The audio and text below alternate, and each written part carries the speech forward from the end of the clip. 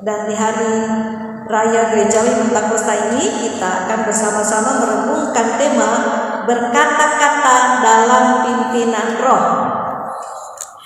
Bapak, Ibu, dan saudara terkasih, seorang tokoh terkenal, Thomas Carlyle, mengatakan bahwa kehidupan setiap orang itu digerakkan oleh sesuatu.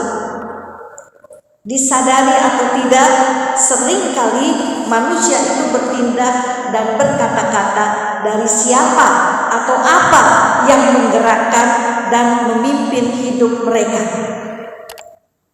Apa yang seringkali menggerakkan atau memimpin kehidupan manusia?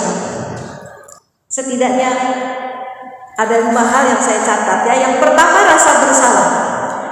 Saudara, orang yang digerakkan oleh rasa bersalah dikuasai oleh ingatan-ingatan buruk tentang masa lalunya. Kalau saudara suka mendengar orang berbicara atau diri kita sendiri berbicara, saya mah orang yang gagal, saya orang yang berguna karena kesalahan yang saya buat di masa lalu saya. Nah, itu berarti diri kita dan perkataan kita dipimpin oleh rasa bersalah. Yang kedua, kebencian dan kemarahan. Orang yang hidupnya digerakkan dan dipimpin oleh kebencian serta kemarahan biasanya adalah orang yang punya kepahitan dan tidak pernah pulih dari kepahitannya. Kalau saudara hidup dengan orang model begini, maka saudara akan mendengarkan perkataan yang penuh dengan kepahitan. Mulutnya penuh dengan sungut-sungut, dengan kebencian, dengan omelan. Dan orang seperti ini saudara sangat toksik dan bisa membunuh semangat mengasihi pada diri kita. Yang ketiga, rasa takut. Saudara, banyak sekali orang Kristen yang hidupnya digerakkan dan dipimpin oleh rasa takut yang berlebihan.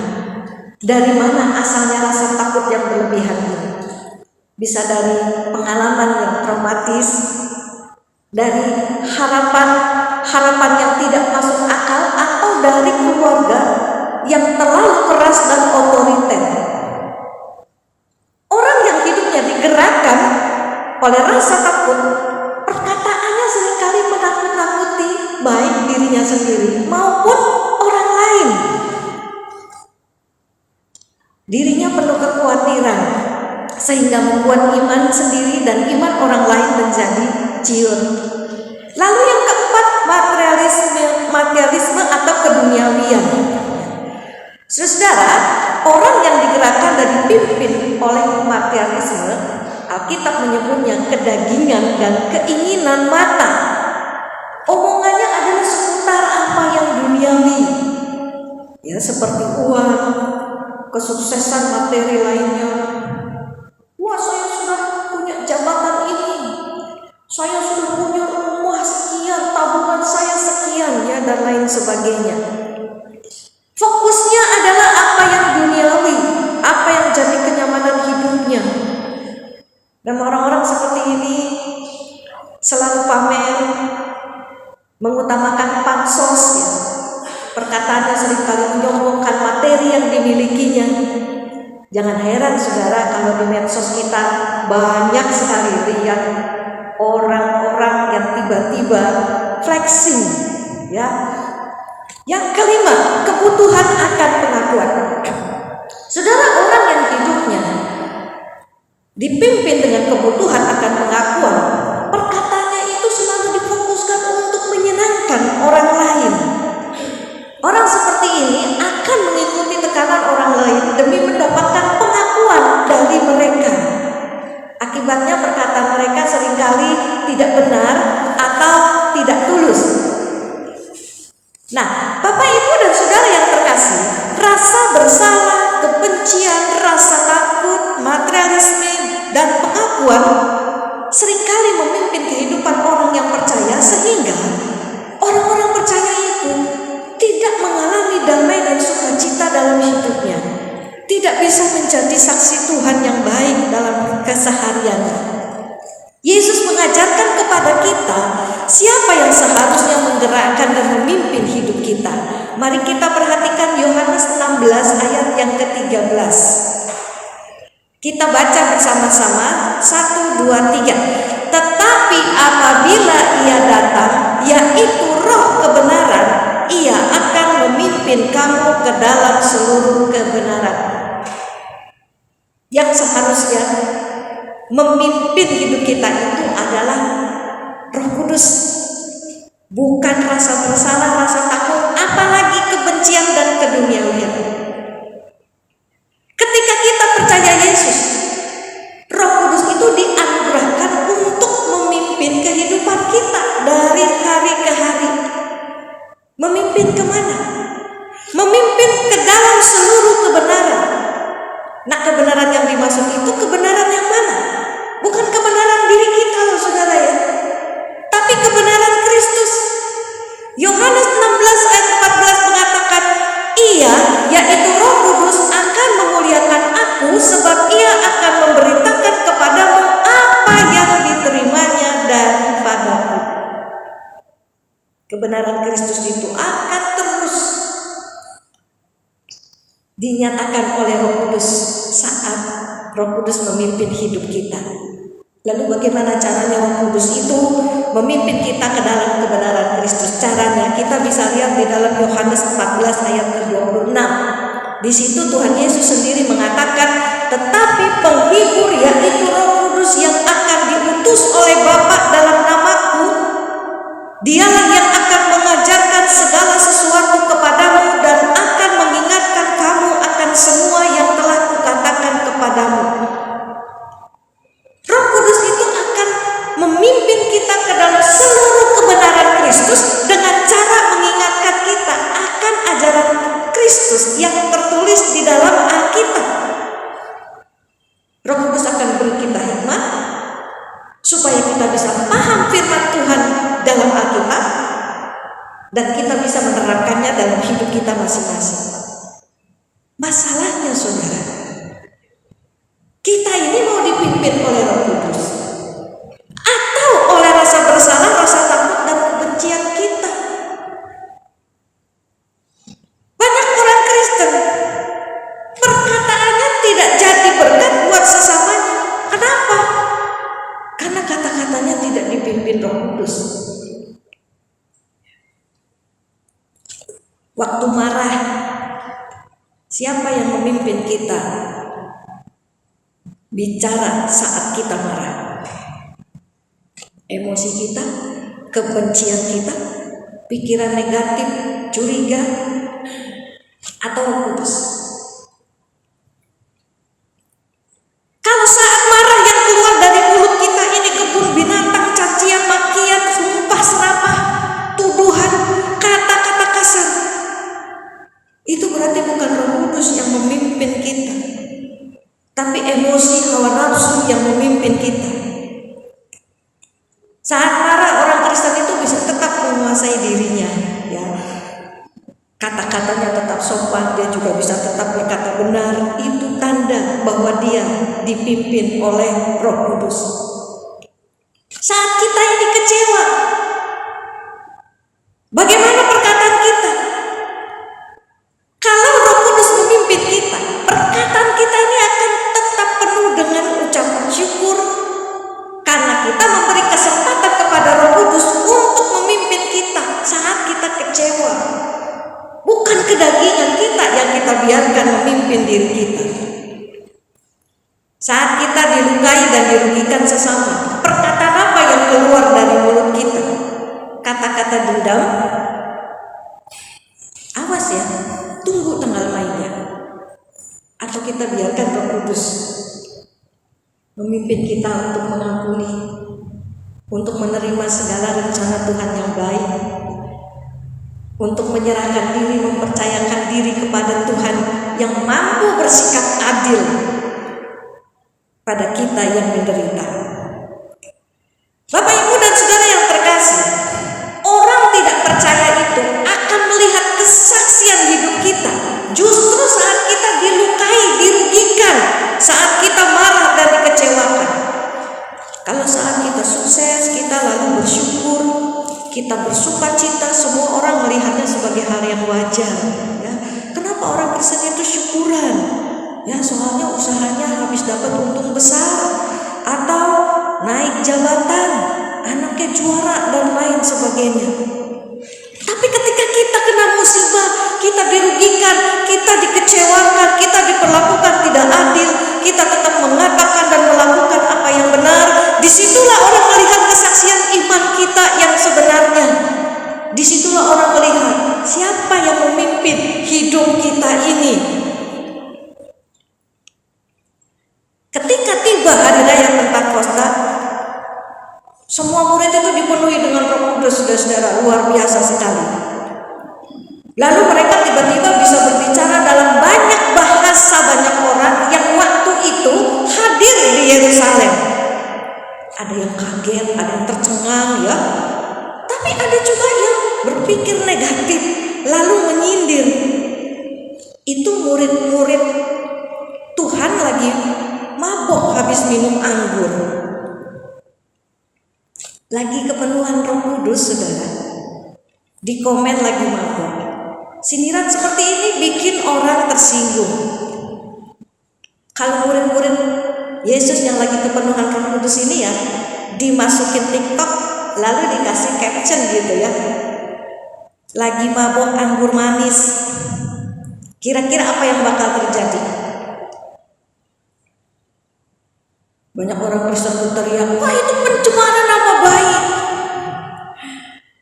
Banyak artis sekarang mempolisikan netizen ketika komen mereka keterlaluan ya. Tapi apa yang dilakukan murid-murid Yesus ketika orang memfitnah mereka? Murid-murid Yesus justru membalas komentar miring itu dengan bersaksi tentang Yesus.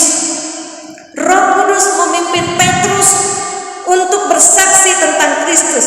Kalau saudara baca ya Kisah 2 mulai dari ayat 14 sampai 36, di situ Petrus berkata-kata dalam pimpinan Roh Kudus. Petrus tidak marah, Petrus tidak balik menyindir orang-orang yang memberi komen tidak benar. Tapi Petrus juga nggak diam aja loh saudara ya. Petrus justru bangkit lalu bicara tentang kebenaran Kristus. Firman Allah itu disampaikannya kepada mereka yang menyindir dirinya dan rekan-rekannya. Lalu apa hasil dari berkata-kata dalam pimpinan Roh Kudus itu, saudara? Kisah 2 ayat 37 di situ menyaksikan ketika mereka mendengar hal itu, hati mereka sangat terharu. Lalu mereka bertanya kepada Petrus dan rasul-rasul yang lain, apakah yang harus kami perbuat, saudara-saudara? Karena bicara dalam pimpinan Roh Kudus, maka hasilnya jadi luar biasa sekali, saudara. Orang yang mendengarnya jadi terharu, jadi tersentuh hatinya. Hari itu juga ada 3.000 orang percaya kepada Kristus. Coba kalau Petrus membiarkan dirinya dikuasai emosi, dikuasai kedagingannya. Tidak ada cerita kalau Petrus KKR. Tidak ada cerita 3.000 orang bertobat dan diselamatkan. Saudara, apakah kalau kita berkata-kata dalam pimpinan Roh Kudus, maka kita ini akan selalu dapat feedback atau balasan yang luar biasa ajaib seperti Petrus? Belum tentu. Memang belum tentu. Saudara ingat kisah Stefanus? Setelah dia berbicara dalam pimpinan Roh Kudus, apa yang terjadi? Dia dilempari batu, saudara, lalu nyawanya melayang. Lalu apakah kita bilang, aduh Stefanus ini bodoh banget ya, kurang berhikmat, makanya dia mati? Karena dia tidak bijak menyebarkan ajaran agama Kristen kepada orang-orang yang sudah punya agama.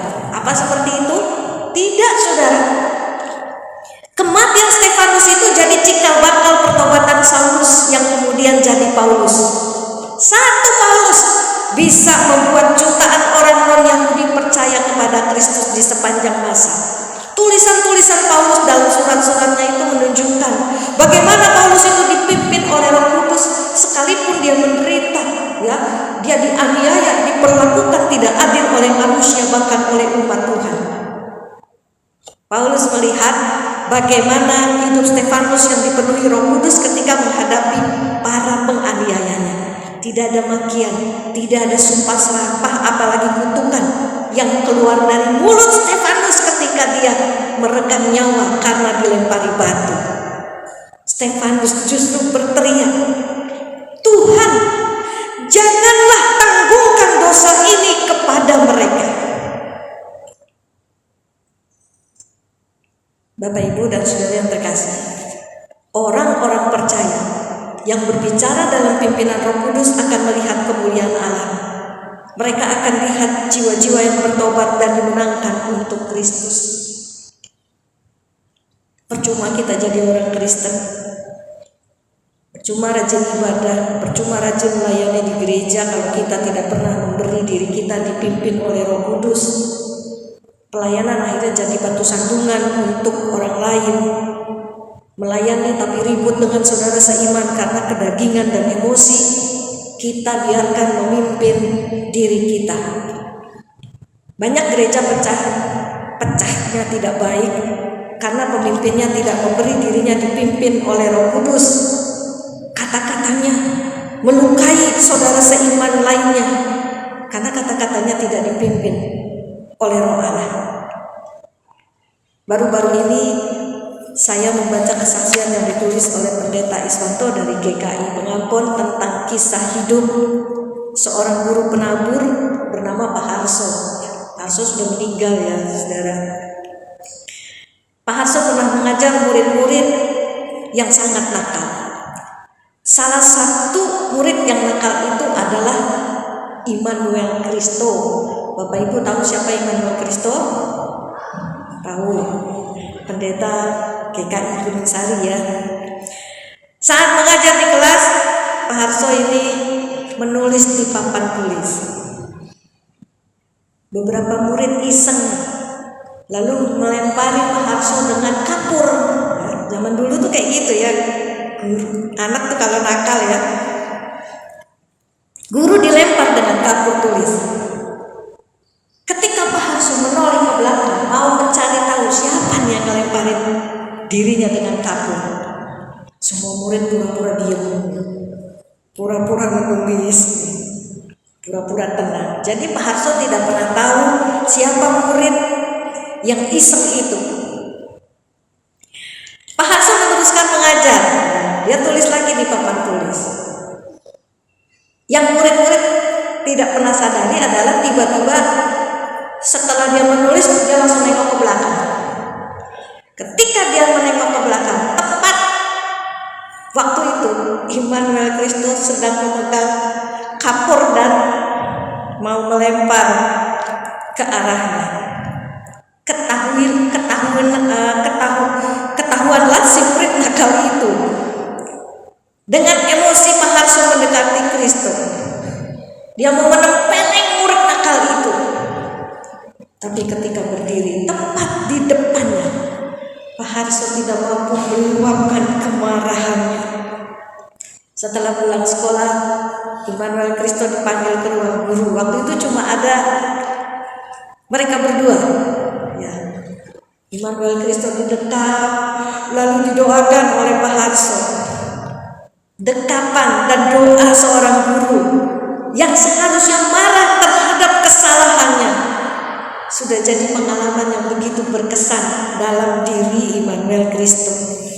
Dekapan dan doa seorang guru yang sudah memilih untuk dipimpin Roh Kudus daripada dipimpin oleh emosinya telah jadi sebuah inspirasi bagi diri Immanuel Kristo.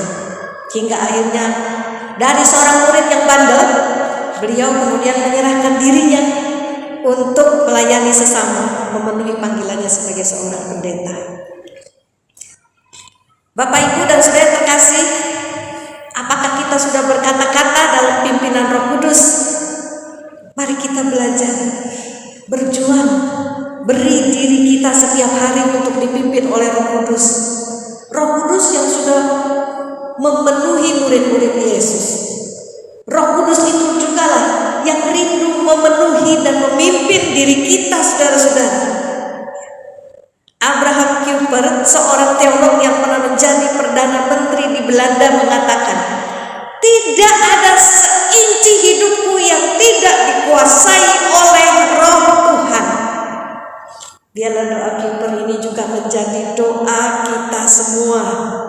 Kiranya setiap inci hidup kita dikuasai oleh Roh Kudus.